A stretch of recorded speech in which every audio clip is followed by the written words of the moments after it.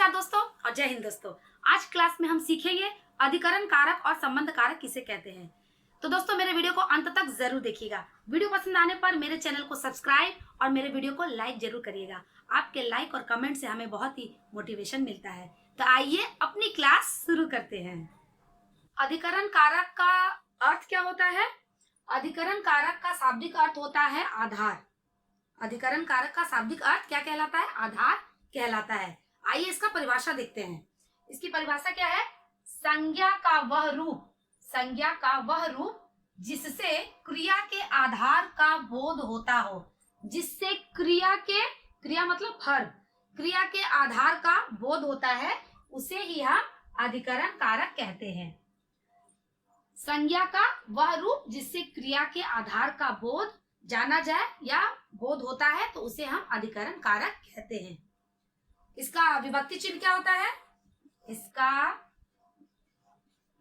विभक्ति चिन्ह में पर, इसका विभक्ति चिन्ह होता है में और पर। ठीक है, अधिकरण कारक का विभक्ति चिन्ह क्या कहलाएगा? में और पर। इस कारक में भीतर, ठीक है, ऊपर, बीच आदि शब्दों का प्रयोग इस कारक में किया जाता है।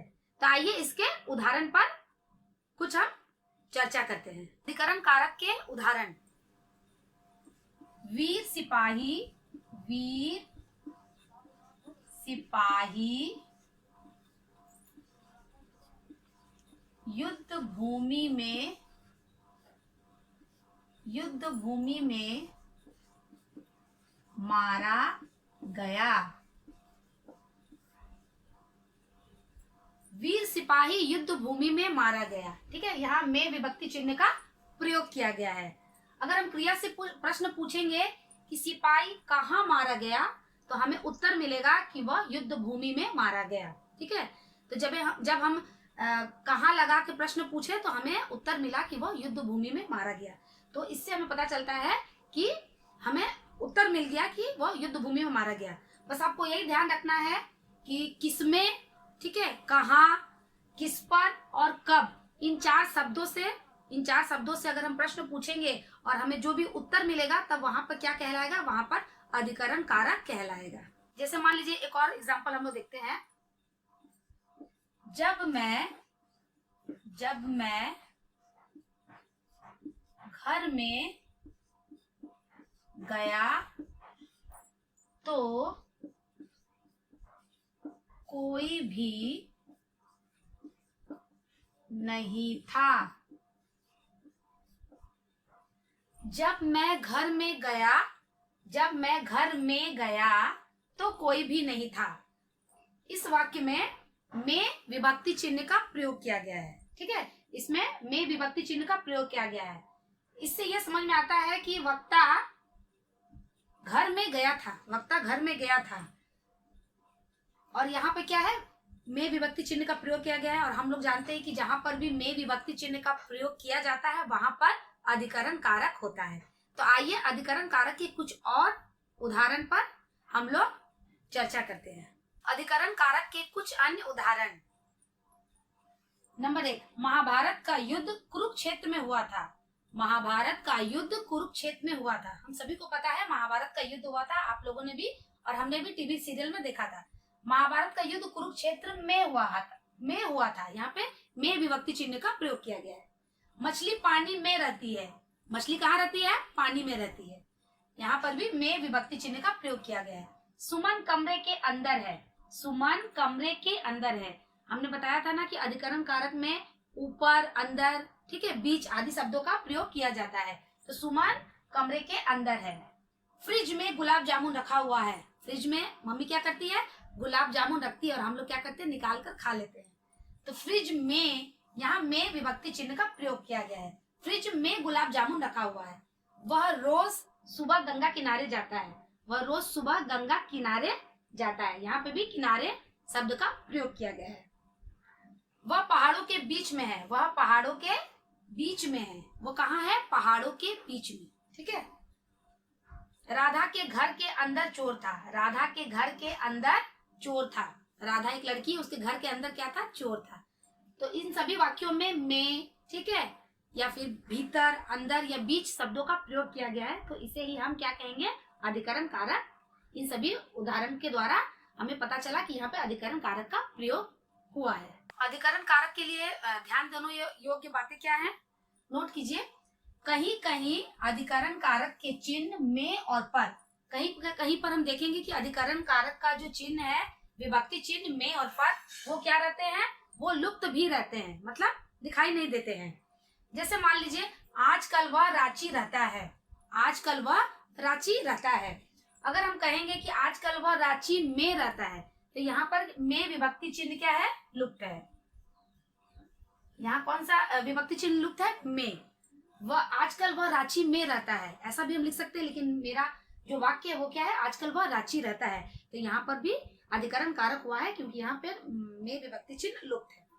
दूसरा वाक्य में देखिए, इस जगह पूर्ण शांति है, इस जगह पूर्ण शांति है। हम क्या कह सकते हैं, इस जगह पर, इस जगह पर क्या है, पूर्ण शांति है। यहाँ पर भी क्या है, पर विभक्ति चिन्ह लुप्त है। तो हम लोग को पता है कि अधिकरण कारक का विभक्ति चिन्ह में और पर होता है, वो कभी कभी किसी वाक्य में लुप्त भी रह सकता है। आइए अब हम पढ़ते हैं संबंध कारक किसे कहते हैं। संबंध कारक, जैसा कि कारक के नाम से समझ में आ रहा है कि यहाँ किसी वस्तु का क्या है, संबंध बताया जा रहा है। तो आइए इसका परिभाषा देखते हैं।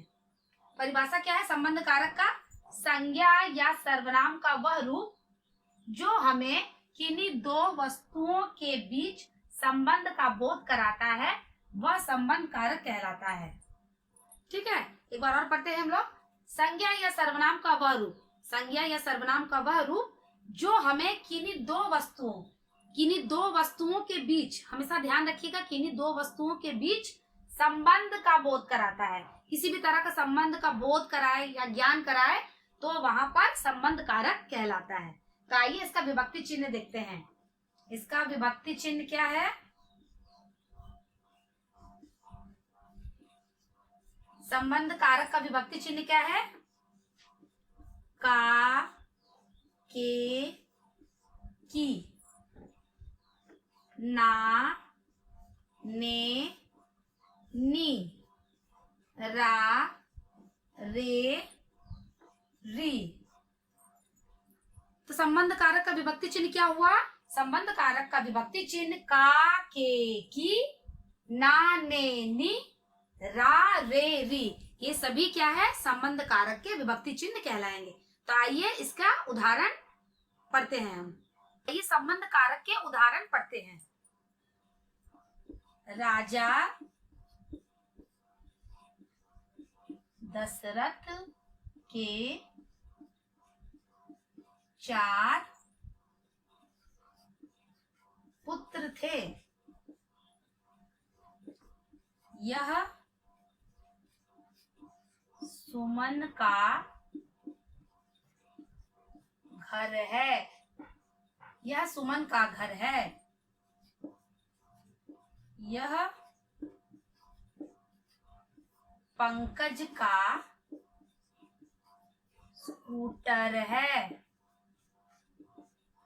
इन सभी वाक्यों में राजा दशरथ के 4 पुत्र थे, यह सुमन का घर है, यह पंकज का स्कूटर है। इन सभी वाक्यों में के, का, के की विभक्ति चिन्ह का प्रयोग हुआ है। हमें पता है कि जहां पर भी के, का, के की विभक्ति चिन्ह का प्रयोग होता है वहां पर संबंध कारक कहलाता है।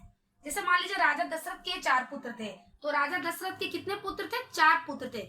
उन सभी पुत्रों का राजा दशरथ के साथ क्या था, संबंध था। यह सुमन का घर है, ये किसका घर है, यह सुमन का घर है। ठीक है, घर का कनेक्शन किससे है, किसका रिलेशन है, घर का रिलेशन किससे है, संबंध किससे है, सुमन का है।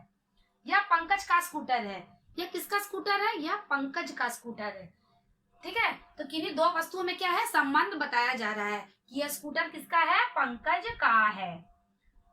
हम लोग जानते हैं, ऐसा परिभाषा हम लोग पढ़े हैं कि जहां पर भी संज्ञक सर्वनाम का वह रूप जहां पर भी किन्हीं दो वस्तुओं में संबंध का बोध कराया जाता है तो वहां पर क्या होता है, संबंध कारक कहलाता है। तो यहाँ पर भी संबंध कारक कहलाया, या ये सभी उदाहरण संबंध कारक के अंतर्गत आए हैं। संबंध कारक के कुछ अन्य उदाहरण, संबंध कारक के कुछ अन्य उदाहरण क्या क्या है? यह महेश की बहन है, यह महेश की बहन है। वह राम का बेटा है, वह राम का बेटा है। यह दिनेश की किताब है, यह दिनेश की किताब है। सीतापुर रोहन का गांव है, सीतापुर रोहन का गांव है। महेश दिनेश का भाई है, महेश दिनेश का भाई है। इन सभी वाक्यों में आप लोगों ने देखा होगा की, का, ये सभी विभक्ति चिन्ह का प्रयोग किया गया है। जहां पर भी का, के, की, रा, रे, री या ना, ने, नी विभक्ति चिन्ह का प्रयोग किया जाता है, वहां पर संबंध कारक कहलाता है। और संबंध कारक का क्या परिभाषा है कि जहां किन्हीं दो वस्तुओं में संबंध बताया जाता है तो वहां पर भी क्या होता है? संबंध कारक कहलाता है। दोस्तों, आज के क्लास में हमने अधिकरण कारक और संबंध कारक किसे कहते हैं पर पढ़ाई की। उम्मीद करती हूँ कि आपको आज का वीडियो पसंद आया होगा। तो आप भी इसे घर पर अच्छी तरह से अभ्यास करिएगा। मिलते हैं अपने आने वाले नेक्स्ट वीडियो में एक नए विषय के साथ। तब तक के लिए धन्यवाद।